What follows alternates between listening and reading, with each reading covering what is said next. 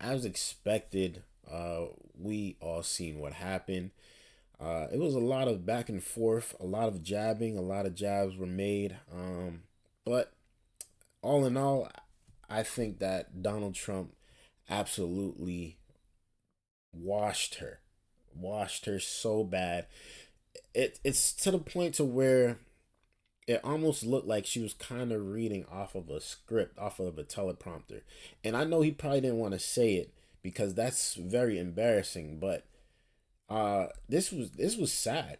This was sad, man, honestly. But this one right here is the topic of immigration.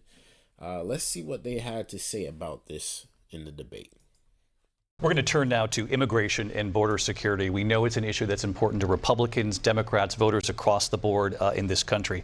Vice President Harris, you were tasked by President Biden with getting to the root causes of migration from Central America. We know that illegal border crossings reached a record high in the Biden administration. This past June, President Biden imposed tough new asylum restrictions. We know the numbers since then have dropped significantly. But my question to you tonight is, why did the administration wait until 6 months before the election to act? And would you have done anything differently from President Biden on this? So I'm the only person on this stage who has prosecuted transnational criminal organizations for the trafficking of guns, drugs, and human beings. And let me say that the United States Congress, including some of the most conservative members of the United States Senate, came up with a border security bill which I supported. And that bill would have put 1,500 more border agents on the border to help those folks who are working there right now overtime trying to do their job. It would have allowed us to stem the flow of fentanyl coming into the United States. I know there are so many families watching tonight who have been personally affected by the surge of fentanyl in our country. That bill would have put more resources to allow us to prosecute transnational criminal organizations for trafficking in guns, drugs, and human beings. But you know what happened to that bill? Donald Trump got on the phone, called up some folks in Congress, and said, kill the bill. And you know why? Because he'd prefer to run on a problem instead of fixing a problem. And understand, this comes at a time where the people of our country actually need a leader who engages in solutions, who actually addresses the problems at hand. But what we have in the former president is someone who would prefer to run on a problem instead of fixing a problem. And I'll tell you something, he's going to talk about immigration a lot tonight, even when it's not the subject that is being raised.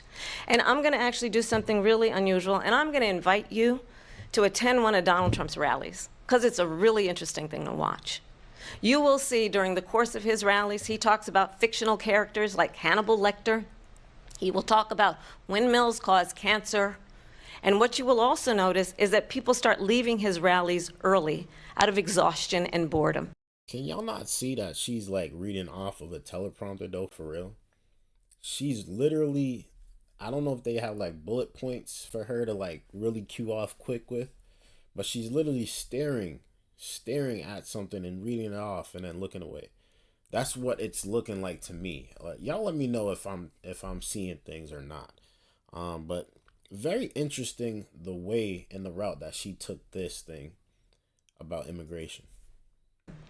And I will tell you, the one thing you will not hear him talk about is you. You will not hear him talk about your needs, your dreams, and your desires. And I'll tell you, I believe you deserve a president who actually puts you first, and I pledge to you that I will. Vice President Harris, thank you. President Trump, on that point, I want to get your response. Well, I would like to respond. Let me just ask, though, why did you try to kill that bill, and successfully so, that would have put thousands of additional agents and officers on the border? First, let me respond as to the Please. rallies. She said people start leaving. People don't go to her rallies. There's no reason to go. And the people that do go, she's bussing them in and paying them to be there, and then showing them in a different light. So she can't talk about that. People don't leave my rallies. We have the biggest rallies, the most incredible rallies in the history of politics. That's because people want to take their country back. Our country is being lost. We're a failing nation. And it happened 3.5 years ago. And what's going on here, you're going to end up in World War III, just to go into another subject. What they have done to our country by allowing these millions and millions of people to come into our country, and look at what's happening to the towns all over the United States. And a lot of towns don't want to talk. It's not going to be Aurora or Springfield. A lot of towns don't want to talk about it because they're so embarrassed by it. In Springfield, they're eating the dogs, the people that came in. They're eating the cats. They're eating the pets of the people that live there. And this is what's happening in our country. And it's... I ain't even gonna lie. I have heard that story. I'm not even gonna lie to y'all.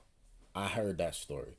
I can't even lie. It might not be true, but I have heard that.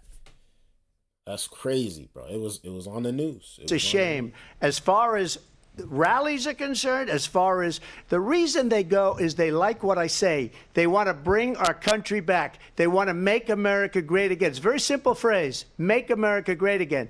She's destroying this country, and if she becomes president, this country doesn't have a chance of success. Not only success, we'll end up being Venezuela on steroids.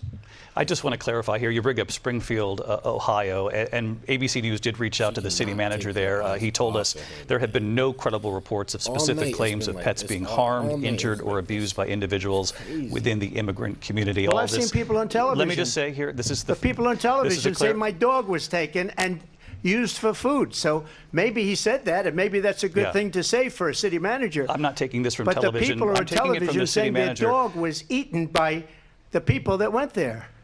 Again, the Springfield city manager says there's no evidence of that. Vice President Harris, I'll let you respond to the rest of what you've heard. Talk about extreme.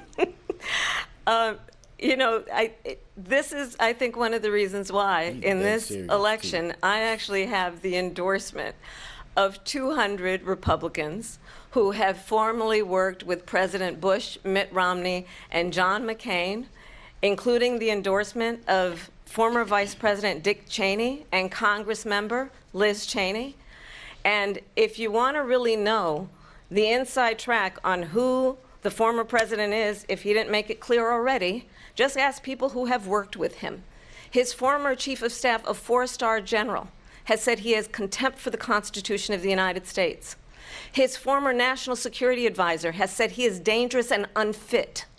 His former Secretary of Defense has said the nation, the Republic, would never survive another Trump term.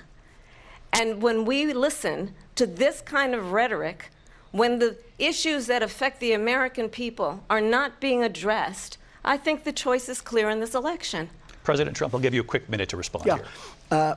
Thank you, because when I hear that, see, I'm a different kind of a person. I fired most of those people. Not so graciously. They did bad things or a bad job. I fired them. They never fired one person.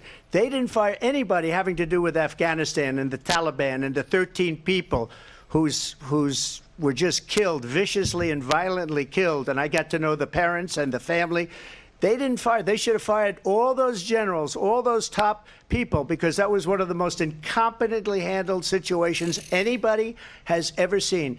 So when somebody does a bad job, I fire him. And you take a guy like Esper. He was no good. I fired him. So he writes a book. Another one writes a book. Because with me, they can write books. With nobody else can they. But they have done such a poor job. And they never fire anybody. Look at the economy. Look at the inflation. They didn't fire any of their economists. They have the same people. That's a good way not to have books written about. Man, yo. Oh, my gosh. He's killing her. He's killing her. He's straight killing her. He knows what he's doing, man. He was the president of the United States. Like, let's be honest here. Let's be clear here. He knows what he's doing. Say what you want about his character. Say what you want about what he has done in his life. He's not a perfect man. We all understand that, but he knows what he's doing as the president for sure. And the people clearly feel it. The people clearly feel it. And I got to give Kamala some very, very good respect, because she was pushed into this fire. She was put into this flame. I don't know if she really knew it was going to be this type of debate. If I don't think this is why she only agreed to one debate, because, you know, after seeing this, man, I think we clearly know who the winner is going to be. I mean, I think that's kind of clear. You know, he's just more qualified. If Trump loses this year, I will be shocked. I will literally be shocked. I can't even lie to you. But, you know, we'll see November 5th. You. But just to finish, I got more votes than any Republican in history by far. In fact, I got more votes than any president, sitting president in history by far. Let me continue on immigration. It was what you wanted to talk about earlier, so let's get back to your deportation proposal that the vice president has reacted to as well. President Trump, you call this the largest domestic deportation operation in the history of our country. You say you would use the National Guard. You say if things get out of control, you'd have no problem using the U.S. military. Police, yes. You also said you would use local police. How would you deport 11 million undocumented immigrants? I know you believe that number is much higher. Take us through this. What does this look like? Will authorities be going door to door in this country? Yeah, it is much higher because of them. They allowed criminals, many, many millions of criminals. They allowed terrorists. They allowed common street criminals. They allowed people to come in, drug dealers, to come into our country. And they're now in the United States and told by their countries like Venezuela, don't ever come back or we're going to kill you. Do you know that crime in Venezuela and crime in countries all over the world is way down? You know why? Because they've taken their criminals off the street and they've given them to her to put into our country. And this will be one of the greatest mistakes in history for them to allow. And I think they probably did it because they think they're going to get votes, but it's not worth it because they're destroying the fabric of our country by what they've done. There's never been anything done like this at all. They've destroyed the fabric of our country. Millions of people let in, and all over the world, crime is down all over the world except here. Crime here is up and through the roof, despite... Come on, man. South side of Chicago, Oakland. Come on, dog. Yo, Trump knows what he's talking about. He knows what he's talking about. Stop playing with Trump, please, man. Put some respect on Trump's name, dog. Y'all, I know y'all want Kamala to win. Oh, yeah, she's the first ever. Da, da, da, da. But no, we are at seriously, we are at war. We are at war with the entire world at this point. This is World War III. It could lead here. It probably is here. And it'll be the deadliest war we have ever seen. And we need someone that knows exactly what to do in these situations. Not saying that Kamala can't do the job, but she had the last 3.5 years to do this job. 3.5 years, more than that now. We got 50-something days till the next voting day. It's sad, man. It's sad. They could have done much better. They could have been much more powerful. Joe Biden is really the face of this. It's not really Kamala Harris. She's just in the fire right now. But Joe Biden, Trump took him out of here. Kamala Harris, you were just next. I'm sorry you had to be. You had to be the victim. I'm sorry. I'm so sorry. They should have never done you like that. They should have had, what's his name up there? The bushy unibrows, the VP that you Tim Walz. They should have had him up here. It would have been even worse.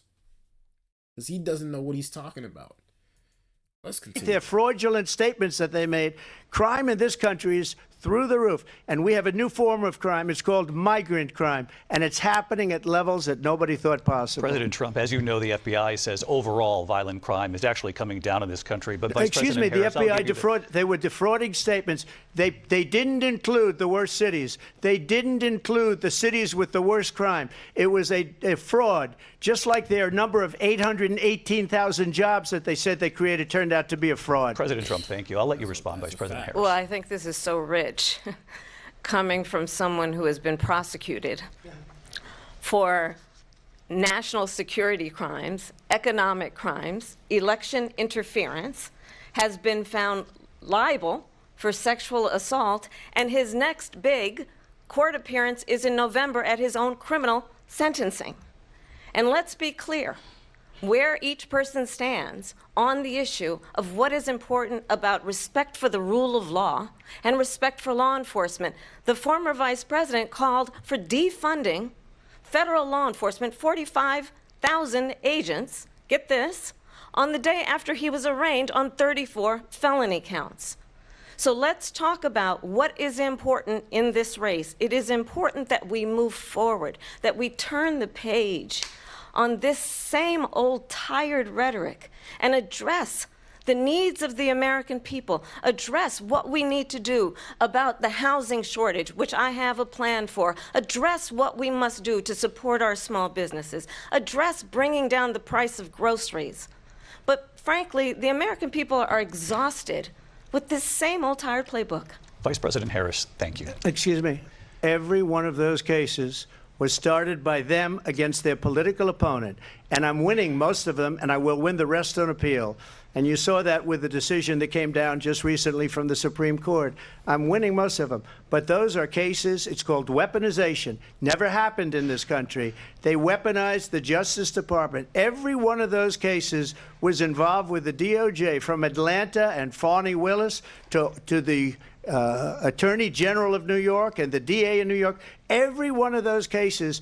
And then they say, oh, he's a criminal. They're the ones that made them go after me. By the way, Joe Biden was found essentially guilty on the documents case. And what happened in my documents case? They said, oh, that's the toughest of them all. A complete and total victory. 2 months ago, it was thrown out. It's Listen here, man. I think we all know what's going on here. We all know what's going on here. Yeah, those are all Kamala Harris's friends, by the way. Like, Fani Willis, a friend, prosecutor, DA. Letitia Jackson, I believe her name is, a friend. Of course they're friends. They were all prosecutors. Of course they are. So she has a lot of law judges and DAs in her corner, and they are all going after him. It's the truth. It's the truth. And honestly,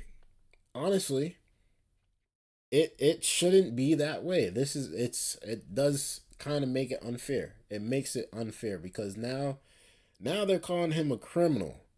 That's like Trump now going and then putting his DA friends and all his DA people going after Joe Biden and Kamala Harris. Like, leave those people out of it. Let's talk about what we need to talk about. Let's make America be the best country out there, and let's end these wars. Let's get our economy back up. Let's stop talking about who's this and that and men and women's sports and immigration and people sleeping in the airports, and it's a crazy world out in the United States, man. Y'all think it's light work out here. Y'all think it's nice and calm. Nah. I'll tell you right now, it's some crazy work out here in the United States.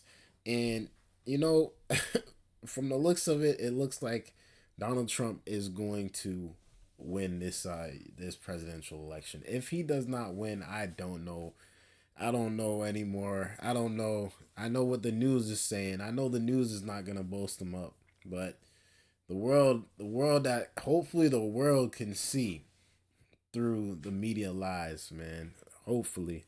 Let me know y'all thoughts about this and what y'all thought about the debate down below. Who y'all got winning this year? I'd like to know, man. Make sure you guys leave a like on the stream, on the video, sorry. Hit that subscribe button. See your boy. Until next time, man. Peace.